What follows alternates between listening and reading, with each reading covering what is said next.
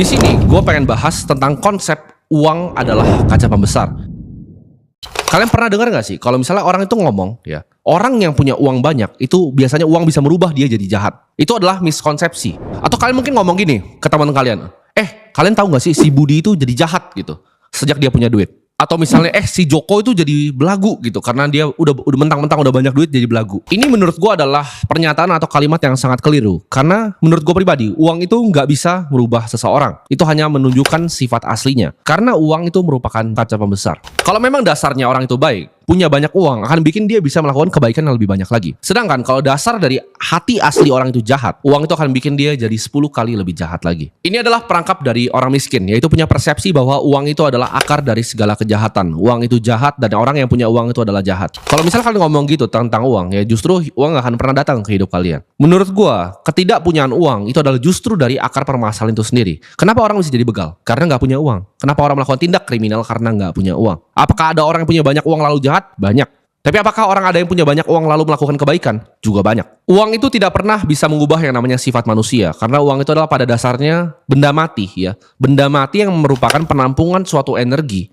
Yaitu waktu manusia dan juga keringat darah manusia. Dengan uang, justru manusia itu akan ibaratnya berevolusi untuk menunjukkan jati dirinya dan sifat asli dari dalam hati kecilnya. Karena gue bilang tadi di awal, uang itu merupakan kaca pembesar. Kalian bayangin tadi ya, bahwa uang itu adalah benda mati. Benda mati ini adalah penampungan dari energi manusia, ya, penampungan dari keringat darah manusia, penampungan dari waktu manusia. Kalau misal kita bayar ojek, dia yang nganterin makanannya, kalian bayar 50.000, seperti itu. Nah, kalian pikir seperti ini, semakin banyak uang yang kalian miliki, kalian bisa untuk melepas yang namanya topengnya. Karena gue tahu banget ya, orang-orang yang nggak punya kapasitas untuk punya uang banyak, mereka harus pakai topeng. Maksudnya apa? Mereka misalnya punya bos yang mereka nggak suka, tapi mereka harus pura-pura baik di depan bosnya karena nggak punya uang. Mereka harus bermain yang namanya sandiwara di kehidupan aslinya. Semakin banyak uang kalian, semakin bebaslah hidup kalian. Kalian nggak perlu fake, kalian nggak perlu ngejilat orang, kalian nggak perlu pakai topeng maupun sandiwara. Seperti gue bilang tadi, uang itu adalah kaca pembesar dari sifat asli manusia. Kalau dia baik, dia akan semakin baik. Kalau dia jahat, ya dia semakin jahat. Contohnya, orang yang bisa berbuat baik ya, biasanya bagi beras ke satu orang. Dengan punya uang dia bisa bagi ke satu kampung. Dia bisa bagi ke 1.000 orang, 2.000 orang, 3.000 orang. Tapi sebaliknya, kalau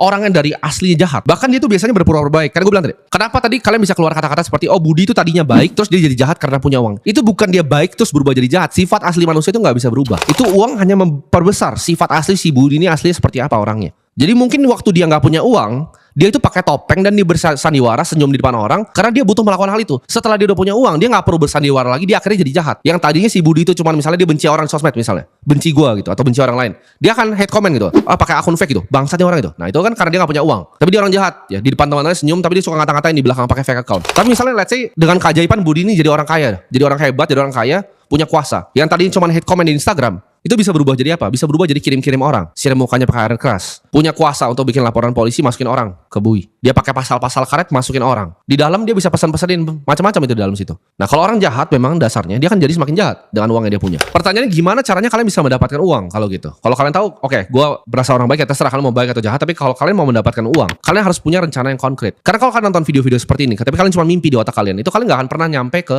tujuan yang kalian mau. Karena semuanya hanya mimpi belaka. Kalau kerjaan kalian cuma nonton video dan bermimpi, udah lupain aja, kalian bakal jadi gembel seumur hidup. Nah itu adalah kekuatan dari rencana. Kalau kalian benar-benar punya concrete plan-nya, oke, gue mau lakukan ini, gue mau fokus di industri ini, lalu gue mau ngapain? Pikirnya panjang, pikir long term, 1-2 tahun ke depan seperti apa? 5 tahun. Orang itu banyak yang ibaratnya overestimate apa yang mereka bisa lakukan dalam waktu setahun. Tapi mereka meremehkan apa yang mereka bisa lakukan dalam waktu yang panjang dengan konsisten dan fokus. Buat kalian yang ngerasa masa lalu kalian sampah, tenang aja ya. Karena masa depan kalian itu sama sekali nggak dipengaruhi oleh apa yang kalian lakukan di masa lalu. Nah di sini gue pengen bilang ke kalian, jangan sibuk mikirin masa lalu, tapi pikirnya masa depan. Oke, masa lalu tuh udah gak bisa diubah. Tapi apa yang kita mau ubah sekarang? Kalau hidupnya udah sampah, gimana cara kita ubah hidup sampah ini? Cara bikin plan konkretnya seperti apa? Tapi gue pengen kalian semua tuh justru bersyukur kalau kalian dalam kondisi yang hidupnya seperti sampah. Karena justru di sini kalian bisa melihat teman-teman asli kalian tuh siapa. Karena di saat kalian punya banyak uang itu gampang sekali untuk mencari yang namanya teman ya. Semua orang bakal mau berteman sama kalian kalau kalian punya banyak duit. Cuman justru di saat kalian susah, ini adalah filtrasi aslinya. Siapa teman-teman kalian yang bisa nanti kalian bawa ketika kalian sukses. Di sini gue mau kasih tahu kalian satu lagi tentang uang. Kalian jangan iri terhadap orang yang punya uang.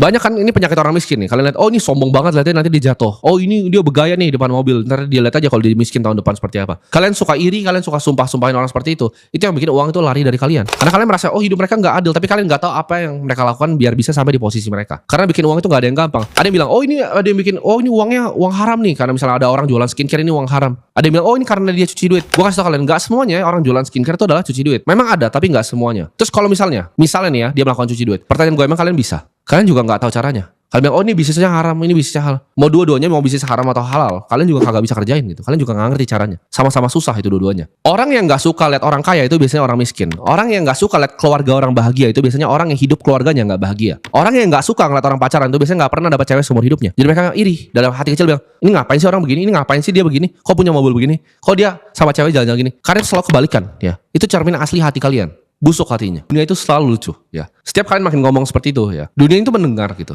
Dan mereka kasih apa yang kalian deserve untuk dikasih. Jadi kalian jangan mikir bahwa oh si dia itu bisa jadi sombong karena uang, si dia jadi jahat karena uang. Enggak. Itu cuma kaca pembesar sifat aslinya. Dia cuma buka topengnya. Nah pertanyaan gue, apakah kalian mau melakukan hal itu? Hidup bebas, hidup tanpa sandiwara, hidup tanpa topeng, dengan mengumpulkan uang sebanyak-banyaknya. Ya terserah. Gue nggak bilang bahwa semua yang nonton ini baik ya. Ya udah kalau kalian nonton itu sekali memang jahat ya terserah kalian gitu. Tapi kalau untuk kalian yang baik, kalian akan bisa berbuat baik itu 10 kali, 100 kali, 1000 kali. Karena orang bilang, oh yang penting sumbangan itu dari hatinya bukan dari nominalnya. Itu menurut gue hal paling bullshit di dunia ini dan itu nggak pragmatis dan realistis. Kenapa? Karena yang pasti ya, kalau kalian sumbang 1 karung beras sama kalian sumbang 1000, dampak asli di masyarakatnya berbeda. Mau kalian bilang feel good untuk hati kalian, bukan berarti artinya jangan menyumbang dalam jumlah kecil ya. Maksud gue itu nggak apa-apa dilakukan. Tapi dampak aslinya, net positif di dunia ini jauh lebih besar kalau kalian punya uang lebih banyak gitu.